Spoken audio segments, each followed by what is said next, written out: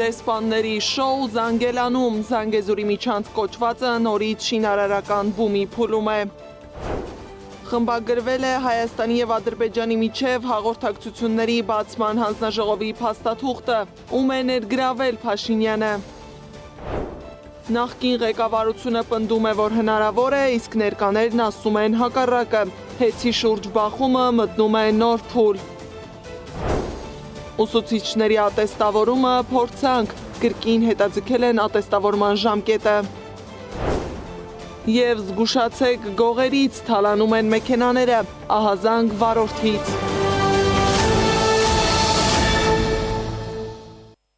Բարի երեկո հարգելի հետևորդներ, եթերում ABC Newsroom-ն է, ես Աննա Սարգսյանն եմ։ Նախ վերջին ամենաթարմ ու անսպասելի նորությունը։ Նիկոլ Փաշինյանի որոշմամբ խմբագրվել է Հայաստանի և Ադրբեջանի միջև հաղորդակցությունների բացման հարցերով հանձնաժողով ստեղծելու և հանձնաժողովի անհատական կազմը հաստատելու մասին փաստաթուղթը։ Հանձնաժողովը գլխավորում է փոխվարչապետ Մհեր Գրիգորյանը, բայց ուշադրությունը գրավում է մեկ այլ անուն։ Ցանկում ընդգրկված է նաև արտգործնախարար Արարատ Միրզոյանի կինը, ներդրումների աջակցման կենտրոն հիմնադրամի տնօրեն Գոհար Աբաջյանը։ Ինչ կապ ունի արտգործնախարարի ընտանիքի անդամը հաղորդակցությունների բացման գործընթացի հետ, դեռևս պարզ չէ։ Նույնքան հետաքրքիր գործընթացներ կան նաև սահմանից այն կողմ։ Զանգեզուրի միջանցք կոչվածը նորից շինարարական բումի փուլում է։ Ադրբեջանա-հայաստանյան սահմանն ընկած հատվածի շինարարությունը մոտենում է ավարտական փուլին, X-ում գրել է Ադրբեջանի նախագահի օգնական Հիկմեթ Հաջիևը և հայտարարել, որ Ադրբեջանը տարածաշրջանային լոգիստիկ հսկա դառնալու շեմին է։ Ու այս ամենը իհարկե ներկայացվում է տարածաշրջանային գործակցության գեղեցիկ փաթեթով։ Իլհամ Ալիևի հանձնարարությամբ Բաքուն նաև Ադրբեջանում հավատարմագրված ավելի քան 50 երկրների դեսպանների է տարել Զանգելան, ինչպես իրենք են ասում, Զանգեզուրի միջանցքի շինարարությանը հետևելու համար։ Մինչ Բաքվում դեսպանները հերթով լուսանկարվում են Զանգեզուրի միջանցքի ֆոնին, շինարարական սաղավարտներով ու լայն ժպիտներով, Երևանը հայտարարում է պատրաստ է ընդունել ադրբեջանական պատվիրակություններին։ Ինչպես Ալեն Սիմոնյանն է ասում, շփումները շարունակվելու են, ընդ որում երկուստեք։ Այսինքն մոտ ապագայում երևի կարելի է պատկերացնել դրվագ, որտեղ ադրբեջանցի պատգամավորները զբոսնում են հանրապետության հրապարակում, իսկ հայ պատգամավորները շրջայց են կատարում Զանգելանում, հետևելու, թե ինչպես է առաջ ընթանում միջանցքը, որը գոյությունը մենք ըստ պաշտոնական Երևանի դեռ չենք էլ ընդունել որպես միջանցք։ Ալեն Սիմոնյանն ասում է, քննարկելու են նաև գերիների հարցը։ Մի խոսքով Ալիևը ցուցադրում է շինարարությունը, Սիմոնյանը խոստանում է այցեր։ Լսենք Սիմոնյանի մեկնաբանությունը։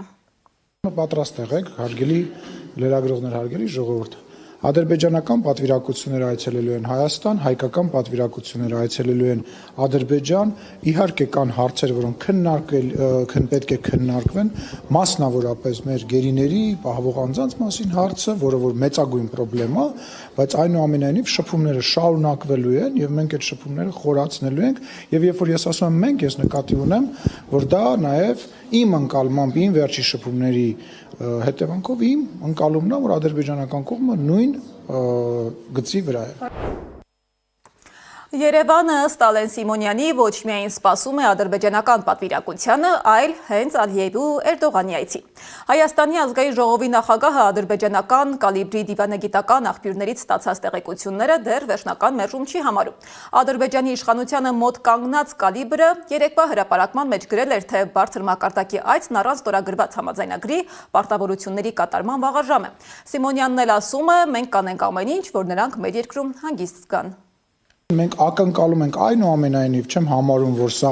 վերջնական պատասխան է, մենք ակնկալում ենք, որ թե Ադրբեջանի, թե Թուրքիայի նախագահները այդ միջազգային մեծ կոնֆերանսին, որտեղ մասնակցել են բազմաթիվ երկրների ղեկավարներ, ներկա կգտնվեն, մենք էլ ամեն ինչ կանենք, որպեսզի ապահովենք ամեն ինչ, որպեսզի իրանց համար ստեղ հանգիստ լինի։ Մինչ Բաքուն և Երևանը զբաղված են միջանցքների, այցերի ու բարձր մակարդակի շփումների պլանավորմամբ մի պահ տեղափոխվենք Տավուշ։ Մարզպետ Հայկ Ղալումյանի խոսքով արտագաղթ չկա, նոր տներ են կառուցվում։ Այս պահին կոնկրետ պետական ծրագրով Կիրանց գյուղում 16 միլիոնի ծրագրով 53 տուն է կառուցվում։ Տպավորություն է, թե Տավուշում ամեն ինչ հանգիստ է, բայց մի փոքր հեռվում Ոսկեպարի և Բերքաբերի հատվածներում պարզվում է Հայաստանի զինված ուժերը վերահսկում են բացահայտ ադրբեջանական տարածքներ։ Մարզպետն է ասում։ Լրիվ պարզ երևում այնտեղ տենց մեծ գաղտնիք չկա, Ոսկեպարի հատվածում եւ Բերքաբերի հատվածում նման տարածքներ ունենք։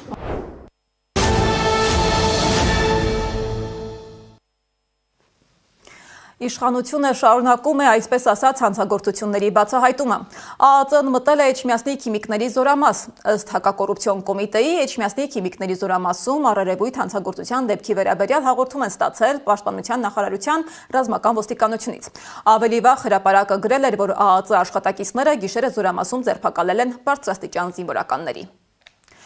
Իսկ Տաշիր կապիտալը դիմում է ներկայացրել հանրային ծառայությունները կարգավորող հանձնաժողովին, առաջարկում են նվազեցնել էլեկտրաէներգիայի գինը։ Սահմանադրագետ Գոհար Մելոյանը վստահեցնում է, բացառապես քաղաքական դրդապատճառներով երկիրը կորցնում է գրավչությունը, եւ եթե հեծում կառավարման տապալում տեղի ունենա, հետևանքը բոլորս ենք զգալու սեփական մաշկի վրա։ Փաստաբան Վարդան Ալոյանն էլ հիշեցնում է, նախորդ դիմումն արդեն մերժվել էր, հիմնավորելով, որ հաշվարկը ընդունվել է 6 ամսվա կտրվածքով։ Հիմա դիմում են ներկայացրել մոտ 1 տարվա հաշվարկով։ Հիմա նորից դիմումը ներկայացացինք, արդեն ներկայացնելով գրեթե 1 տարվա հաշվարկ թիվը հիմք ընդունելով, որը արդեն իսկ կազմում է 6 միլիարդից ավել գումար, այսինքն նախորդ 3.6 միլիարդը մի բան էլ մեր կանխատեսումների համաձայն ավելացել հասել է 6 միլիարդի։ Եվ կրկին անգամ դիմումը խնդրեցինք վերանայել սակագինը եւ իջացնել։ Եթե այդ միջոցները առկա են ու այդ միջոցները հնարավորություն են տալիս սակագնային պլանը իջեցնելու քաղաքացու կրկին ընդգծում եմ սոցիալ-տնտեսական բեռը մի փոքր թոթափելու նպատակով, մենք պետք է նպաստենք, որ այդ ուղղությամբ միջոցը ծախսվի, ոչ թե օգտագործվի կրկին պարգևավճարներ եւ աշխատավարձներ բաշխելու վրա։ Մեր ձևով շարժման համակարգող Նարեկ Կարապետյանն ներկայացրել է, թե ինչպես էլեկտրաէներգիայի սակագինը բնակչության համար կարող է իջնել 3 դրամով։ Նրա խոսքով 2024 թվականին ունեցել ենք էլեկտրաէներգիայի մոտ 5 միլիարդ կիլովատ մուտք, որից 230 միլիարդ կիլովատը բնակչությունից։ Չնայած ԿՊԱ-ական կառավարիչ նշանակելուց հետո կորուստների շեշտակի աճ կա, հին իներցիայի շնորհիվ այս պահին կա 6 միլիարդ դրամ ավելացած գումար հեծում, գրել է Կարապետյանը։ Հանրային ծառայությունները կարգավորող հանձնաժողովն արդեն արձագանքել է Նարեկ Կարապետյանին, ասում է, եթե հեծն ունենար հոսանքի գինն իջեցնելու ցանկություն, ապա ցանկացած պահի կարող էր առանց ՀԾԿՀ դիմելու իջեցնել այն իր շահույթի հաշվին։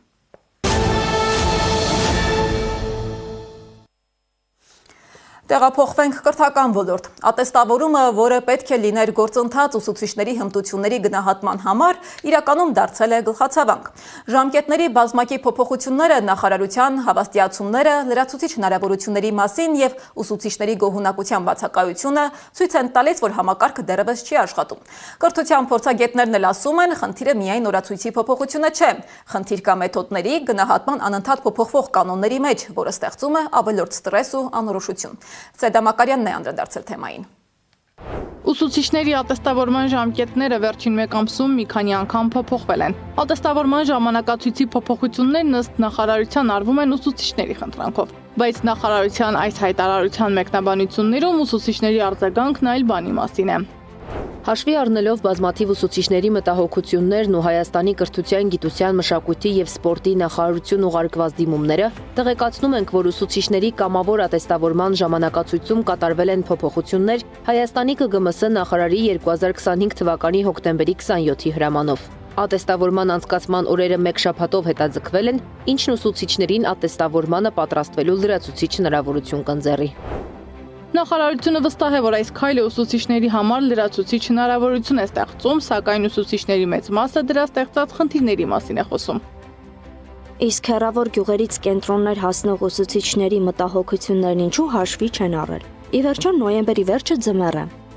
Պարապ նստած ձեր փոփոխություններին ենք սպասում։ Վաղն էլ կփոխեք։ Այս աստիճան անպատասխանատու մոտեցում ուսուցչի անձի ժամանակի առհասարակ գործունեության նկատմամբ հաշվի չի առնվում ուսուցչի անձնական ու մարդկային իրավունքներից ոչ մի կետ։ Միթե կարելի է 3 անգամ քննության օր փոխել։ Առանց այն էլ քննական ծանր բեռը ավելորդ լարվածություն է ուսուցչի համար։ Թեստերի խճճող որակին գումարվեց այս խայտառակ դրությունը։ Ի վերջո, այդ լարվածության տակ կքած ուսուցիչը դասարան է մտնում, մարդ է կերտում, արհեստական դժվարությունների պակաս չեք տալիս ուսուցչին, անպատասխանատու մոտեցում է։ Մարդիկ կարևոր բացառի գործեր էին նախատեսել ըստ նախապես հրապարակված ժամանակացույցի։ Օրինակ սեփական հարսանիքը։ Հիմա ինչ պիտի անի այդ երիտասարդը, ով եւ ինչպես է լուծում տալու այս հարցին։ Կրթության փորձագետ Ատոմ Մխիթարյանը կարծում է, խնդիրը միայն ժամանակացույցը չէ, նախարարությունն իմիտացիա է անում, թե իբր աշխատում է։ Այս իրավիճակը հերթական անգամ գալիս է ապացուցելու, որ այդ ողջ ատեստավորման գործընթացը արհեստական է եւ ձևական։ Դա որևէ հարց չի լուծում, դա ուղղակի շոու է ցույց տալու համար, որ կառավարությունը կամ նրա լիազոր այդ մարմինը, որը կրթության ոլորտում է, նախարարությունը ինչ որ բան իբր թե անում է։ Մխիթարյանն ինքն էլ է շատ ուսուցիչներից դժգոհություններ ստացել, ատեստավորումը չի փոխել նրանց կյանքի որակը, հակառակը քննության հետազնքումն ավելի էլ արել վիճակը։ Լրացուցիչ դժվարություններ եւ խոչընդոտներ է առաջացնում կրթության կազմակերպման գործընթացը ինչ որ ձև խանգարելու համար։ Եթե թե կարճ ասենք, դրա մասին է ընդհանուր խոսակցությունը։ Իսկապես, որովհետեւ մինչեւ հիմա տեսեք արդեն 4 տարի է անցել, այսպես ասած, այդ գործընթացի մեկնարկից, բայց նույնիսկ հստակ ընթացակարգ չկա։ Մխիթարյանը դժգոհություններ է ստացել նաև ատեստավորման մեթոդների եւ գնահատման կարգի վերաբերյալ։ Օրինակ նույն ուսուցիչն առաջին անգամ անցել է ատեստավորումը, երկրորդ անգամ ոչ։ Պարզվել է խնդիրը հարցաշարն է։ Նրա գիտելիքները բնականաբար են բարձր, կամ նա ինչ-որ բանով չի փոխվել, որովհետև ժամանակահատվածն էլ շատ պարզվել է, որ թեստերը կազմված են ոչ օբյեկտիվ, շատ սուբյեկտիվ, այնպիսի թեստեր, որոնք այնպես չի, որ տրամաբանական ինչ-որ հստակ լուծումներ ունեն։ Կրթության, գիտության, մշակույթի, սպորտի նախարարությունը այս անգամ եւս մեր հարցերին պատասխանելու համար գրավոր հարցում է պահանջում, որին կպատասխանի միայն գրավոր, օրենքով սահմանված հնգօրյա ժամկետում։ Մենք կներկայացնենք նաեւ նախարարության պարզաբանումը այն ստանալուն պես։ Սեդամ Ակադյան, Նոնա Գևորգյան, ABC Media։ Այլ անհանգստացնող թեմաների մասին։ Երևանում մեքենաների մասերի գողությունները դարձել են պարբերական երևույթ։ Գործընթացը պարզ է։ Գողերը որպես հմուտ մասնագետներ ընտրում են թիրախները եւ շատ արագ կատարում իրենց գործը։ Իսկ ինչ է անում իրավապահ համակարգը, ինչ մեխանիզմներ են գործում այդ գողությունները կանխելու համար եւ ինչու հիմնականում չեն բացահայտվում այդ դեպքերը։ Անիա Բաղյանն է ներկայացնում։ Նույն ձեռագիրն է ու բոլորն էլ ասում են իմաստ չունի, մեկը չես գտնելու։ Հմուտ գողերը նրբորեն հանել են մեքենայի դիմացի հատվածն ու հանգիստ հեռացել։ Րոպեների ընթացքում Վազգեն Այվազյանին $3000 վնաս պատճառելով։ Շոկային վիճակ էր մոտս ուղղակի, որ հարավության վեր կենաս ու տեսնես, էլ չես կարա տեղաշարժվես քաղաքով, նույն ձև ոնց որ տեղաշարժվել ես։ 2 տարի առաջ էր գնել մեքենան վարկով։ Վարկային պարտավորություններն ավարտել էր, թե չէ այս գողությունը կատարեցին։ Եթե սալիներ տաքսի վարորդի ավտոմեքենա, ինքը առավոտյան բարձելու էր, որ մնացել է առանց ապրուստի միջոցի, ինքը իր վարկերը եւ վերջ։ Ու ոչ մեկ իրան ձեռք չէր մեկնելու։ Ու ոնց ես հասկացա, փոխհատուցում ոչ մի տեղից չի լինում։ Վազգենը հետաքրքրվել ու պարզել է, որ իրենց փողոցներից մեկում տեսախցիկ կա։ Վերցրել է այդ օրվա տեսագրություններն ու ասում է՝ ժամը 5-ին մոտ շարժ է նկատել։ Բացի այդ, ստուգել է մոտակայքում գտնվող սուպերմարկետի տեսագրություններն ու ասում է՝ մյուս 2 ուղղությամբ շարժ չկար։ Շատ հեշտ կարող են գտնեն, կանխեն, որ ոչ մի մարդ տվյալ իրավիճակում չհայտնվի, եթե անգամ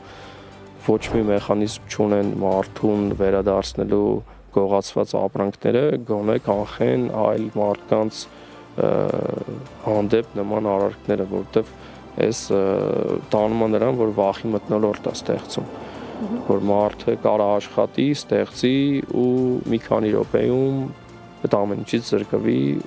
Volt Chevrolet Մակնիշի մեքենաների դիմացի հատվածի գողության 3-րդ բարձրաձայնված դեպքն է։ Վարորդի ընկեր ՀԿ-ի նախագահն ասում է, մեքենաներից գողությունները միշտ նույն պատկերն են ունեցել։ Տարբերությունը մեքենաների մակնիշներն ու մասերն են եղել։ Հիմա թիրախում Volter-ն են։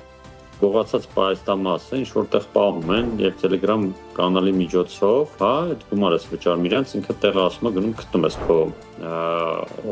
գույքը։ Դրա համար ոստիկանությունը ստե լուրջ խնդիրներ ունի երկու ուղղությամբ, մեկ պետք է օրենսդրական այդ կարգավորումներ իրականացնել այդ պայստամասերի վաճառքի փաստաթղթավորման հարցում եւ երկրորդը այդ կիբեր հանցագործության բաժինը պետք է ավելի լուրջ միջոցներ ձեռնարկի։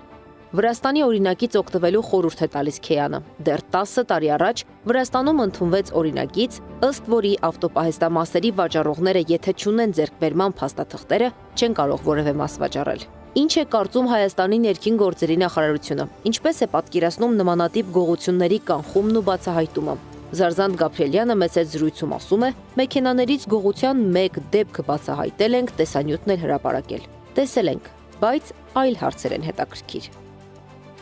Ես ասում հարցում ուղղակի պատասխանում ձեզ, թե իրենք ինչ քայլեր են ձեռնարկում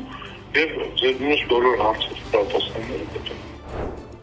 Հարցումը կուղարկենք, բայց 5 աշխատանքային օրվա ընթացքում կստանանք պատասխանը։ Իսկ այդ ընթացքում Վազգենը հասարակական տրանսպորտով, տաքսիով է շարունակելու աշխատանքի գնալ ու մտածել, մեքենան վաճառելն է ձեռնտու, թե գողացված հատվածը գնելը։ Իսկ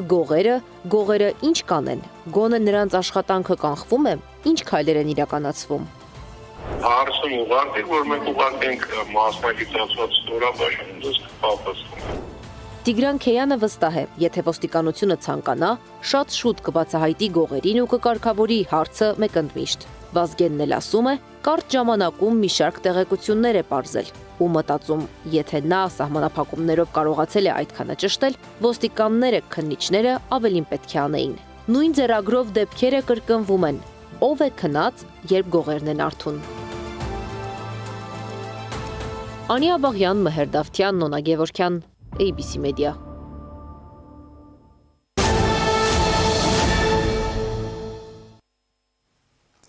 Միջուկային զենքի աշխարհում լարվածությունը հասել է նոր մակարդակի։ Մի կողմից Միացյալ Նահանգները հայտարարում է միջուկային փորձարկումների վերսկսման մասին, մյուս կողմից Ռուսաստանն արդեն ցուցադրում է իր նոր հրթիռային հզորությունը։ Գերտերությունների ուժերի այս ցուցադրությունը մեկ նպատակ ունի՝ ցույց տալ, որ խաղաղությունը խոցելի է, իսկ պատերազմի վտանգը երբեք հեռու չէ։ Ինչն է զսպում պատերազմը եւ ինչ մակարդակի վտանգի առջև են կանգնած աշխարհում, ռեպորտաժում։ Հայտարարում է միջուկային փորձարկումների վերսկսման մասին, Ռուսաստանն արդեն իսկ ցույց է տալիս իր ուժերը։ Նախ Բուրավեսնիկ միջմայրցամաքային թևավոր հրթիռի փորձարկմամբ, ապա Պոսեյդոն ստորջրյա հեռակառավարվող սարքը խաղադաշտ մտցնելու հայտարարությամբ։ Ինչու է Ռուսաստանն ակտիվացել այս դաշտում, պարզաբանում է ամերիկագետ Սուրեն Սարգսյանը։ Միացյալ Նահանգները պատրաստվում էր Ուկրաինային տրամադրել իրենց ամենազարգացած եւ ամենահզոր զենքերից մեկ, այսինքն հրթիռներից մեկը տամահավք կոչվող հրթիռները, որոնք բավականին լուրջ զինատեսակներ են եւ կարող են խոցել թիրախներ Ռուսաստանի ամենախորքում։ Ռուսաստանի մեսիջը Միացյալ Նահանգներին այն է, որ եթե դուք Ուկրաինային այսպիսի զինատեսակներ եք տրամադրում, մենք ստիպված ենք լինելու առավել հզոր զինատեսակներ կիրառել մարտի դաշտում։ Համենայն դեպս Թրամփը չի ուշացնում պատասխանը, հանձնարարելով վերսկսել միջուկային զենքի փորձարկումները։ Նա նաև վստահորեն հայտարարում է. Միացյալ Նահանգներն ավելի շատ միջուկային զենք ունի, քան որևէ այլ երկիր։ Ես չեմ կարծում, որ այստեղ խոսքը գնում է միջուկային պատերազմի մասին, ամենայն դեպս Ռուսաստանը ըստ էության զգուշացնում է, որ եթե դուք ավելի հզոր զենքեր եւ հրթիռներ մատակարարեք Ուկրաինային, ապա բնականաբար ես էլ իմ հերթին իրավունք եմ վերապահելու առավել հզոր զենքերով հարվածել Ուկրաինայի խորքին, մայրաքաղաքին եւ այլն։ Կարծում եմ, այստեղ դեռևս խոսքը գնում է ուժի ցուցադրման կամ սպառնալիքի կամ այսպես ասենք մկանների ցույց տալու մասին։ Հենց այս սցենարով էլ Ռուսաստանի Դաշնության նախագահի մամուլի քարտուղար Դմիտրի Պեսկովը փորձեց մեղմել լարվածությունը, հայտարարելով, որ Բուրավեսնիկ հրթիռի փորձարկումը ոչ մի կերպ չի կարող միջուկային համարվել։ Հակառակ բևեռում ԱՄՆ նախագահ Դոնալդ Թրամփի նախկին ազգային անվտանգության խորհրդական Մայքլ Ֆլինի հայտարարությունն է։ Պատերազմը դառնում է անխուսափելի, ամուր կապեք ձեր կոշիկները, զինվորականներ։ Բայց քաղաքագետ Ստեփան Դանիելյանը այս հայտարարությունների մեջ միջուկային պատերազմի վտանգ չի տեսնում։ Իսկ ինչ վերաբերվում է նրան, որ արդեն նման հայտարարություններ են անում, զինաբառություններ են անում հրթիռների հետ, որոնք կարող են նաև միջուկային զենք տեղափոխել, ապա դա աշխարհաքաղաքական վիճակն է, որը ստեղծվել է աշխարհում, այսինքն բոլոր միջազգային հարաբերությունները փլուզվել են, միջազգային ինստիտուտները ըստ էության արդեն չեն գործում,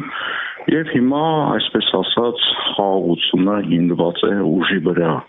Իսկ Եվրոպան շարունակում է խոսել խաղաղության մասին։ Գերմանիայի արտաքին գործերի նախարար Յոհան Վադեֆուլը հայտարարել է, որ չնայած լիովին չեն հասկացել, թե ինչի նկատի ունի ԱՄՆ նախագահը, բայց կարևոր է, որ բոլոր միջուկային պետությունները պահպանեն իրենց մորատորիումները։ Քաղաքագետ Ստեփան Դանիելյանը նույնպես շեշտում է այդ մորատորիումների կարևորությունը։ Միջուկային զենքը դա խոշոր պատերազմի զսպման գործիք է։ եւ հենց միջուկային ցենքի շնորհիվ է, որ աշխարհում մեծ պատերազմներ չեն գնում գերտերությունների միջև։ Գերտերությունների ուժերի ցուցադրման մեկնարկը տրված է։ Կարգախոսն էլ վաղուց հայտնի խոսքն է։ Խաղաղություն ես ուզում, պատրաստվիր պատերազմի։ Այս ժամի համար առանձնացրել էինք այսքանը, շարունակեք հետևել մեր հրապարակումներին, բայց չթողնելու համար ամենակարևոր ու թարմ լուրերը։ ABC լուրերի հաջորդ թողարկումը ժամը 21-ին է։